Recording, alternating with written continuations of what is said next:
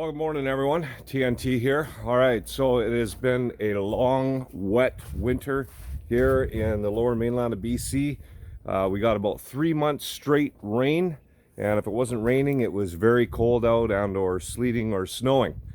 I wasn't able to do any work on the project at all. And then after the rain subsided, flu and cold season hit me pretty hard this year, and I was basically laid out for a month and a half. But the sun is finally out. All right, so I'm going to get the motor out of the tub over here that I washed yesterday, and we're going to get into it and find out exactly what I'm going to have to do to rebuild this. All right, let's get at it. They should come off relatively easy. I'm not sure what the torque is on this, but it's probably no more than about 20 pounds. Oh, wow, the head came off no problem. I didn't even have to use a hammer or anything. Sometimes you need to tap it a little bit, but this head came off right away. Let's have a look at the head. That head's in remarkable condition. There is no detonation anywhere. Okay, we've got the intake. Let's have a look at these reeds. See if we got OEM reeds. Those look like OEM reeds. Those are metal reeds. So those are all original. And they're in, from what I can tell, perfect condition. They're nice and tight on the reed cage. There's no gap at all. All right, so as soon as I get these nuts off, I'm going to bring the camera over here and show you guys the inside of the cylinder. Alrighty, so there you go. You can see over on this side the gap. I'm not sure if you're going to be able to see the actual ring gap. Hopefully you guys can see that. Try and angle the camera a little bit more to get over there so you can see that ring gap. But you can definitely see the gap between the piston and the cylinder wall. That to me looks a little bit too big.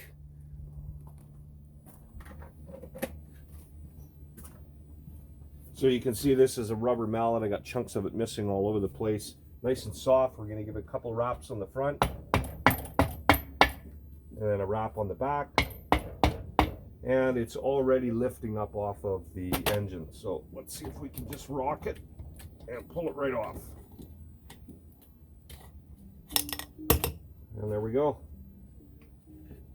Got the cylinder off.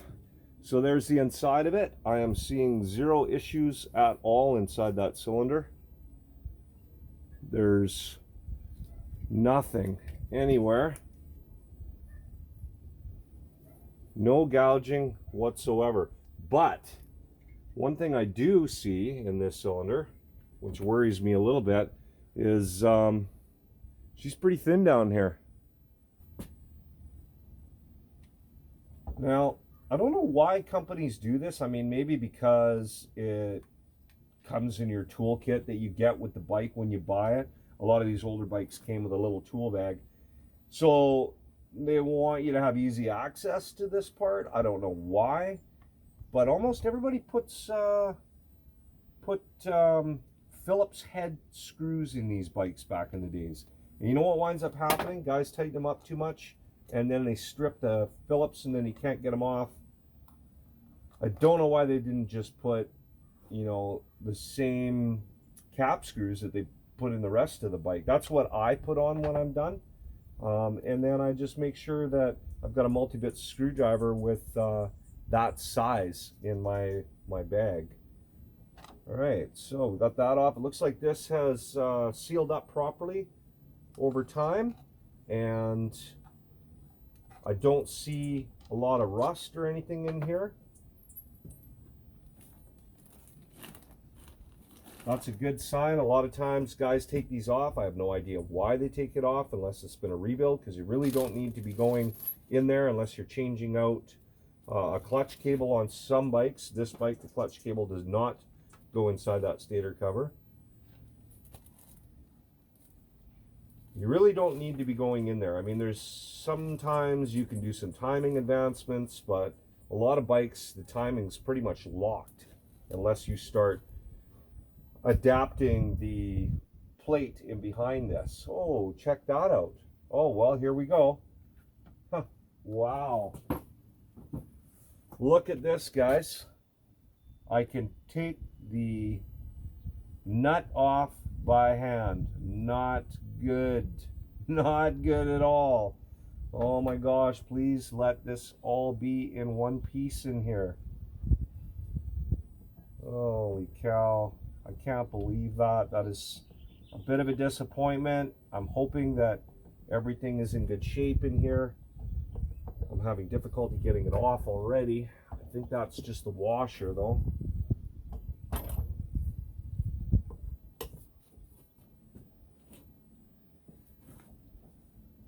Man, it just does not want to come off. I think I'm actually going to have to use my puller. I thought I would be able to just pull this off. You know, I thought because of how loose it was, you know, I thought maybe just the magnetics were holding it on there, but I think I'm going to have to actually use a puller to get this off.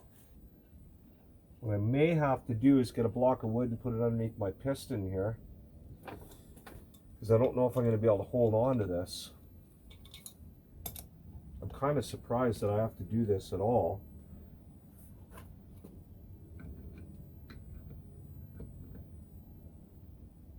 Wow, that is crazy. Oh, I don't like that. I don't like that at all.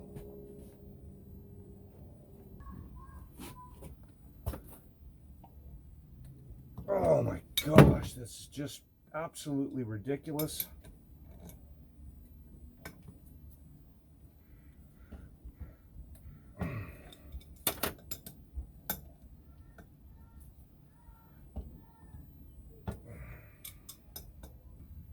Oh, let's get my safety glasses back on here, because this does not feel good.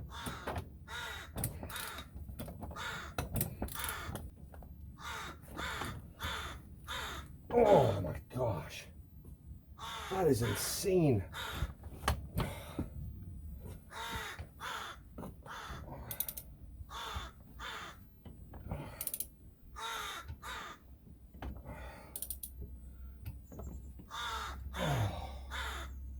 Man, the angle that that thing is coming off on is just brutal.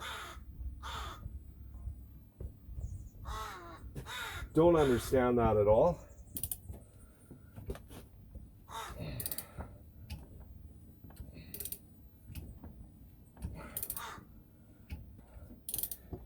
It's getting easier, so it is coming off.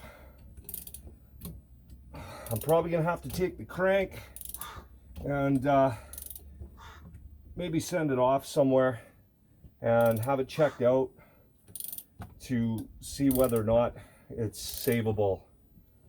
When I'm done here pulling this apart, I'm just gonna go on eBay, see if I can find an 83 YZ490 crank that is not completely destroyed. Holy crap.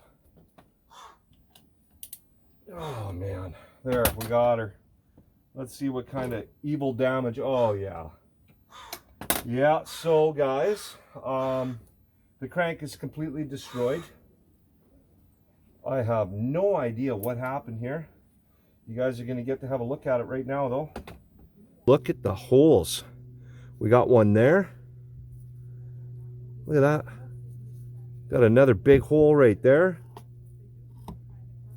And another big one right there where it was arcing.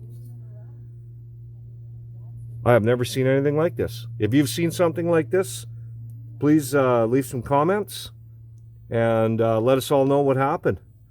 That is crazy. Well, you're definitely going to want to make sure your magneto is tight. Oh, here's something I didn't realize, and it doesn't really matter on this bike because it's air cooled. This cover is actually made out of magnesium, something that manufacturers found out was a major problem with liquid cooled bikes later on down the road, and non-distilled water combined with copper washers in the coolant and water pump area that have wound up turning into an acid and basically eating your cover. Now, on these air-cooled bikes, you don't have to worry about that, but I didn't realize that, you know, they were using magnesium back then. I'm just gonna get my dead blow hammer, give it a couple of taps. And it's coming off there. A little bit on the bottom. This will be your tough area back here around the kickstart area.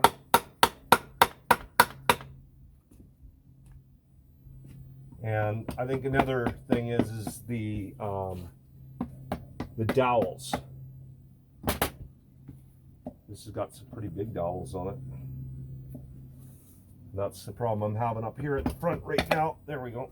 Should be good, and we're off.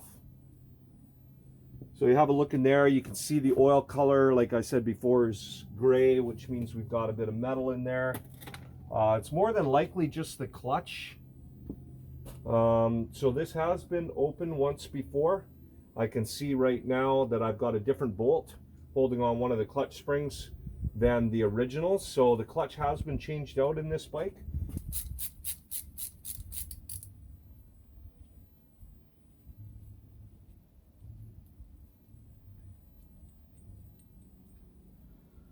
All right, we got that all off.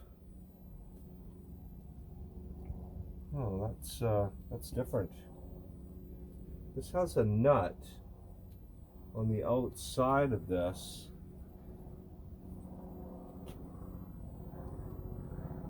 I don't think I take that off, but perhaps you do. Let's just see if the pressure plate moves here at all. Doesn't seem to want to move. So that must be what holds the rod. And I guess I got to take that off. So we're back to our little copper washers here.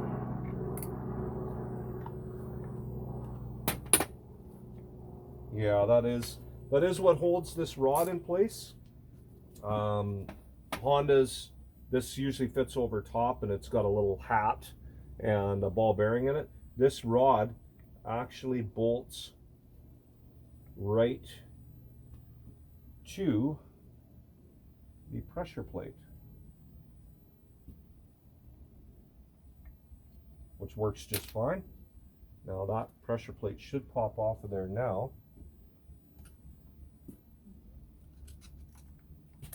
Yes, it does.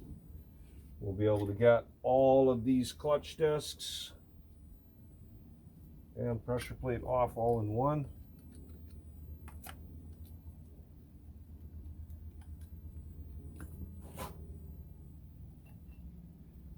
And there we go. All right, so let's just have a look at the friction plates here. Friction plates all look to be in perfect condition. I don't see any issues with them at all. And then we have the plates in between, which I can't even get unstuck here.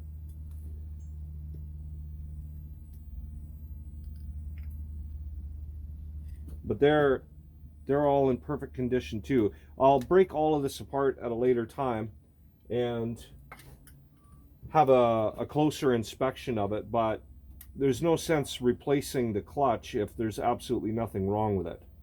All right, so now we're going to get this lock washer off. You can see that in here we've got a nut that holds the inner basket on to the shaft, and then right up here there's this flat washer that goes in behind that has tabs on it, and you basically just bend this tab down over top of the edge of the nut. So you just bend this tab right back out again flat, and then you can get that nut off.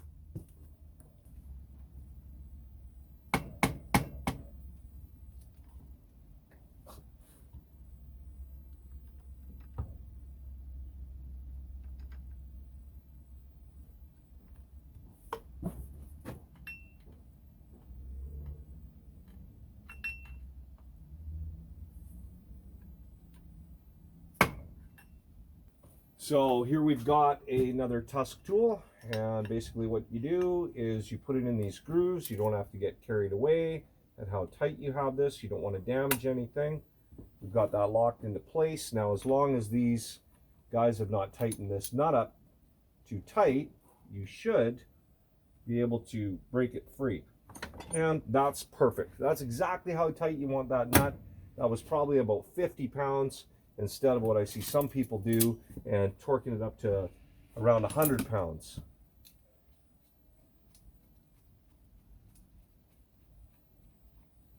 Or even more. I think I've seen people actually do it more. So there's that washer. This one here is actually broken on the edge. I don't want metal in this bike, so I'm going to order a new one of these. But in most cases, these are very reusable. As long as you're careful when you bend the tabs and bend them back down. This clutch has been changed more than once if that's cracked like that. Inner basket comes off now. Make sure that you don't have any thrust washers like that attached to the back that you could drop or lose. Now we should be able to get this basket off. There'll probably be a bearing in there.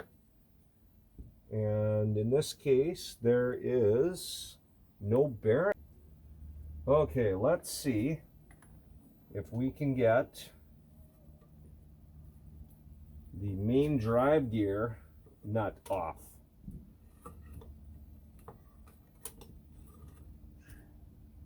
This is another one that is going to be a challenge more than likely. Oh, there we go, this side.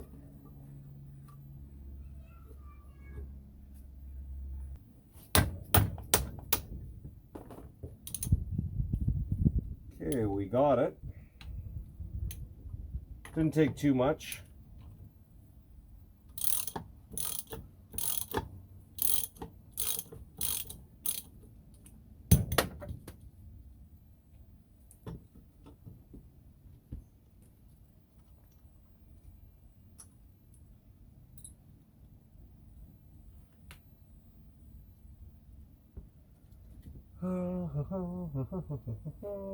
Let's see if that drive gear is going to come off of there easy.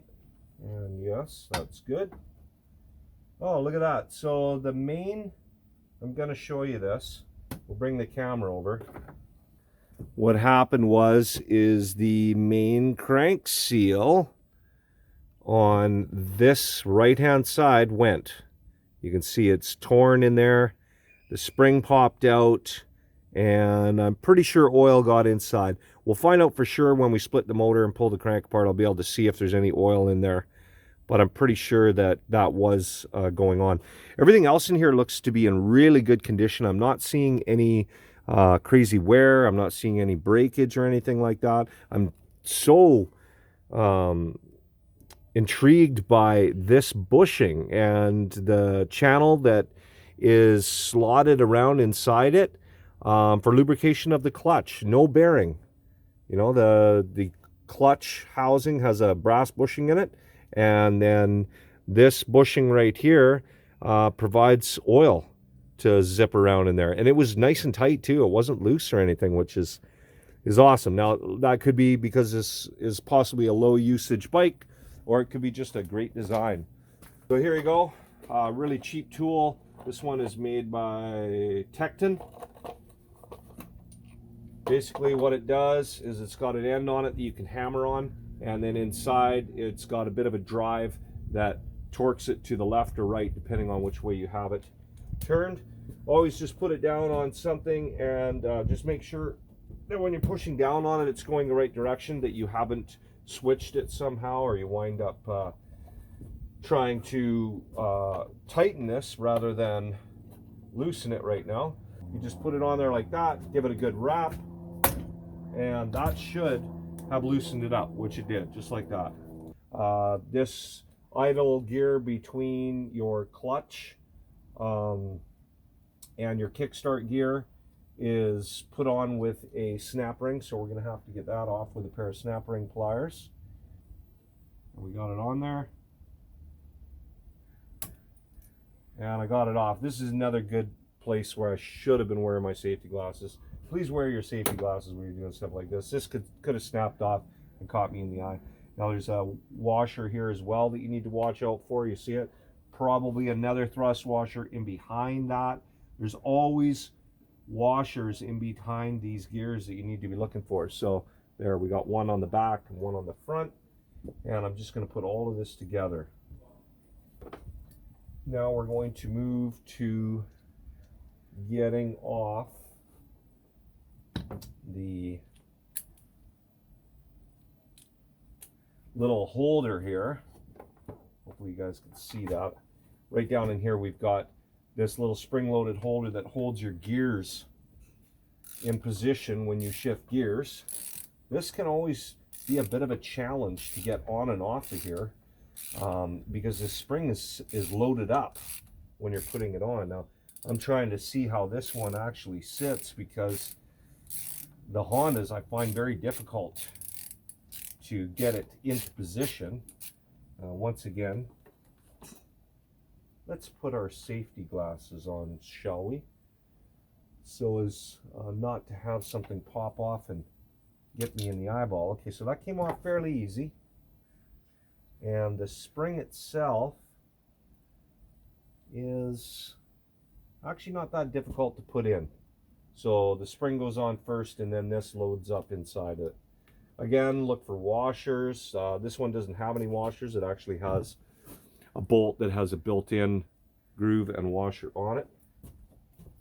Put that all in that same bag, and that's it. We're done on this side of the motor. We're going to inspect it again, make sure I don't have any washers sitting anywhere. Okay, so now we're going to put the case splitter on. This is a Tusk case splitter. It's a very good quality tool. When you're putting this on, you're basically going to be butting it up against your crankshaft. So if you've got a crank that's in good condition, you want to put your nut on there.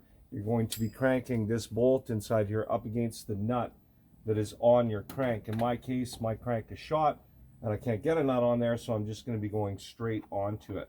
All right, so you got these rods that come with your case splitter. You put them in the bolts, or put them in the threaded holes where your magneto cover was. Make sure that you're not putting them in anywhere else, because you're just going to be pulling the other side of the case towards your splitting. Put the case splitter on. Extend your arms to the 3 different positions. Start cranking it down. These rods come with 3 nuts so that you can level it if you've got obstructions that are causing you to have it sit higher up than flush with the case. I'm going to turn them in about, I don't know, 1/2 inch, I guess. In this case, that's the threading only goes in about 5/8 of an inch, so I really don't have a choice.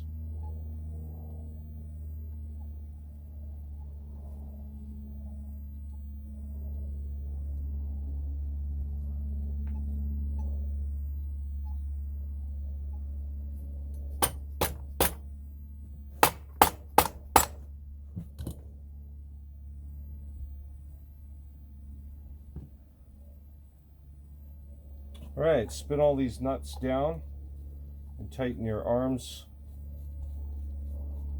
up. Make sure that it's all sitting nice and level. You want to be pulling on the case evenly.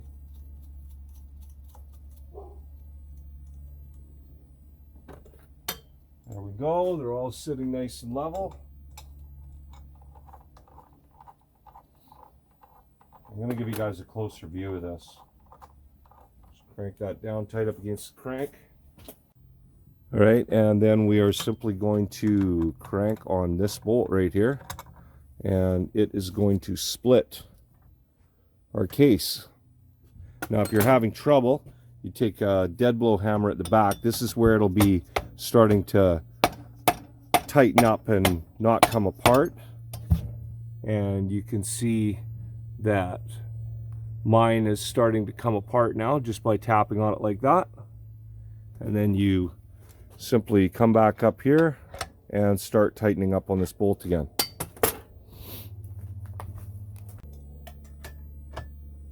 Couple of cranks again, have a look at your gap. Everything's coming apart at the same rate.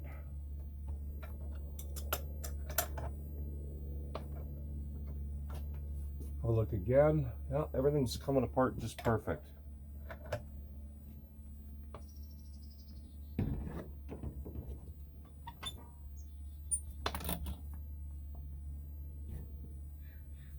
At one point here it's going to get real easy, and there it is, it's popped. So now I'll be able to just lift this whole section right off of the crank like that. Make sure that you don't drop any washers. Sometimes on the inside of the case here you will have a thrust washer up against these bearings that could have stayed over here instead of sitting on your transmission. In this case there's nothing. Just having a look at the bearings in here, this bearing up here seems to be missing a roller altogether, unless by design it's not supposed to have one. That'll be something I look into. I'm pretty sure it's supposed to have one, and it's not there, it's gone. This bearing here I can feel is shot. It's very gritty. This bearing up here for the main output shaft is fine.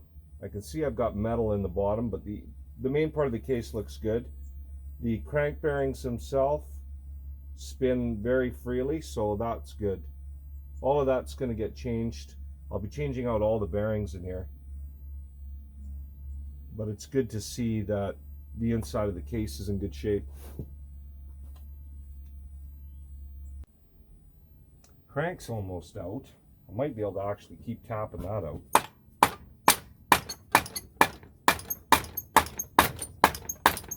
Yeah, it's almost out. There we go. I'm not worried about banging on the end of this crank because it's completely shot. So there you guys go. As far as, you know, the connecting rod bearing, it was good. It was all nice and tight.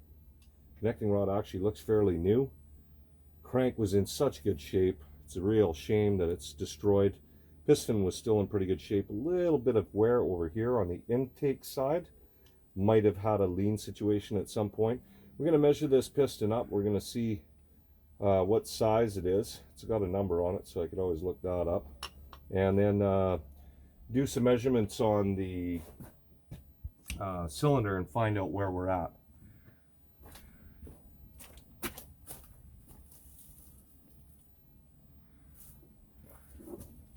Where the heck does that thing come off?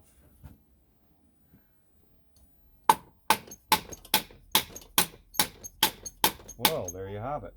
It's moving. So this piece here, I'm going to knock this back in again.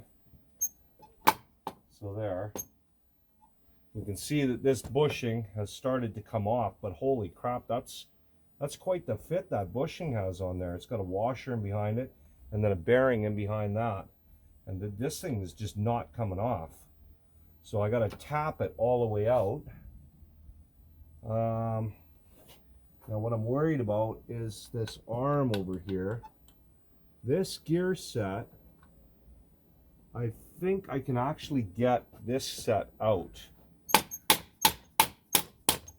without taking the other set out. Well, you know what? I got them both now. I think I'm good. Okay, that would have been the bushing and the washer. We'll get that in a second.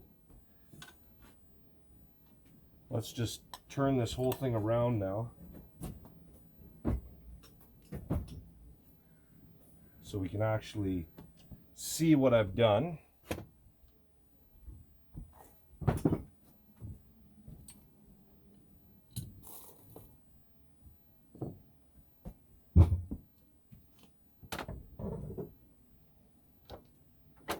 Okay, so we got the first part of the transmission out. It looks like one sprocket is actually part of the shaft or pressed on, and the rest of them all are held on by the snap ring on the end, which I think is a great idea. That way you don't have to worry about losing anything. And let's get this next set out. We got the same situation here. This sprocket, I think is, so we got a thrust washer here. Is that a thrust washer? No, we got a snap ring. We got another snap ring right there. So this whole thing is all held together by snap rings on both ends. What a fantastic idea. Like, seriously, that is something that if, you know, other manufacturers of engines that I haven't taken apart before don't do, it's something they should definitely do. So that you don't have everything fall apart. Just having to look at the transmission gears here, even though that bearing, I think, is missing a roller, unless that's the design of it, which I don't think it is. All the gears seem to be in perfect condition. There's no physical damage to any one of the gears. I don't even see that little bearing in here anywhere.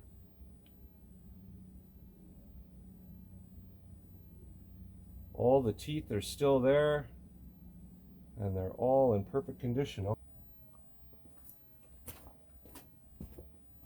So now I've got all my transmission pieces together. I put the bushing back on there just to where it fits by hand. I'm not going to hammer it back on there. I got my shifting forks in the right spots. I got my pins in the right spots. And now I'm just going to wrap this whole thing up and keep it all contained.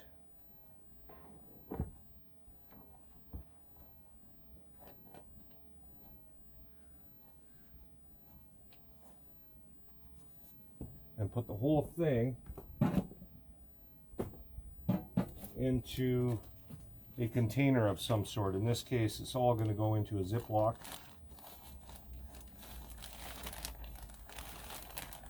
And that way I don't have to worry about losing anything. Like I said, Yamaha's got a great design there with all of those snap rings. Nothing comes apart.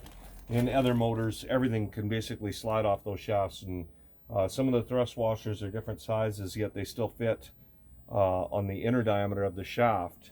Or pardon me, some of the washers have a different, like I said, Yamaha's got a great design here with all the snap rings that hold everything onto your transmission, where other motors, they don't have that. All the gears and thrust washers can just slide right off the shafts, and if you're not careful, you can get those mixed up, and then you're going to have to look at schematics to figure out where each one goes, because some washers can have different thicknesses, some can have different inner diameters, outer diameters. You can see this case is designed with notches so that you can actually slide this whole unit right through the case. Now, this is not bolted on like it is in a lot of other bikes. So what I'm going to do is I'm going to take a piece of wood, which is fairly soft, up here, and I'm just going to give it a couple of wraps, and hopefully... So what I'm going to do is I'm just going to put a piece of wood on here, give it a couple of wraps, and hopefully it pops out. If not, I'm going to have to use a punch, and I'm going to have to place it right there. I'll probably put a brass washer or a copper washer in there and make sure I'm hammering on the washer and not right on the metal.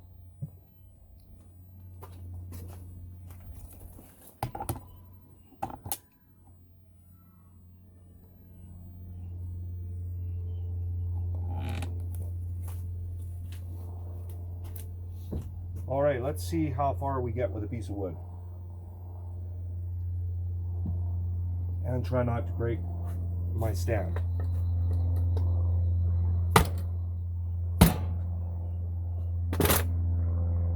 Well, she moved. So it's coming out easy. I can probably just tap this now. Yeah. And there we go. Out it came. So it came out nice and easy. The whole bearing came out with it. That's something I didn't really consider. I wasn't really looking at that. So I guess, wow, I don't know how that works.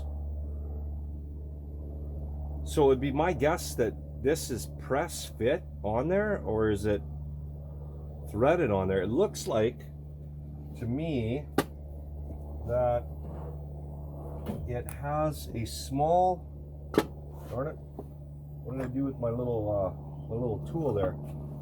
I don't see where it is. I don't know what that hole is there. It could be a cap screw, and maybe that's what's holding this on, that this unit, once you take that cap screw out, pretty sure that that's what that is, but I could be wrong. And this all looks solid. It's got to be press fit on there. I'm glad that that bearing's in perfect condition, because I'm not going to change this at all. I'm going to leave this bearing on here. The shift drum doesn't actually do a lot of heavy duty spinning or anything like that, high RPM spinning. I mean, it literally goes, you know, like that. So this bearing, I can tell, is still in perfect condition. It's no issues there whatsoever. No sense in trying to get all this off and change it, but still be interesting to figure out how this is all put together. I don't want to do it with this bike, but maybe at a later time I will look into maybe a bike where it's destroyed and how this all comes apart. Where the heck did my tool go? Did I put it away? No. Oh, here it is. Okay. Found my little poker tool here, and there's a hole that goes right inside there, but I don't know what that does. I don't know how this little cog is attached to this drum. I have no idea. I'm gonna have to look into that. You have to be able to get it off to change the bearing. Fortunately enough, this bearing is in perfect condition, so I'm not even going to bother changing it. Okay, let's put this away. And that pretty much ends it, guys, for the teardown of the YZ490 engine. There's a couple of bearings that I need to pop out here, but aside from that, we're done. All right, guys, that's going to wrap up the teardown of the YZ490 engine. Next video, we'll be removing the rest of the bearings from the case, getting it cleaned up and ready for vapor blasting and paint. And we'll be doing some measurements on the cylinder to determine whether or not I'm going to have to get work done to it and what size piston I'm going to have to order up. If you were watching the whole video, I think I mentioned that I already found another crank. I got it ordered up. With what's going on with COVID right now, it might be difficult for me to get down to the States to be able to pick it up. I think the borders are actually shut down. So that could prolong the rebuilding of the motor, but we'll move on to the rest of the bike, which I have most of the parts for.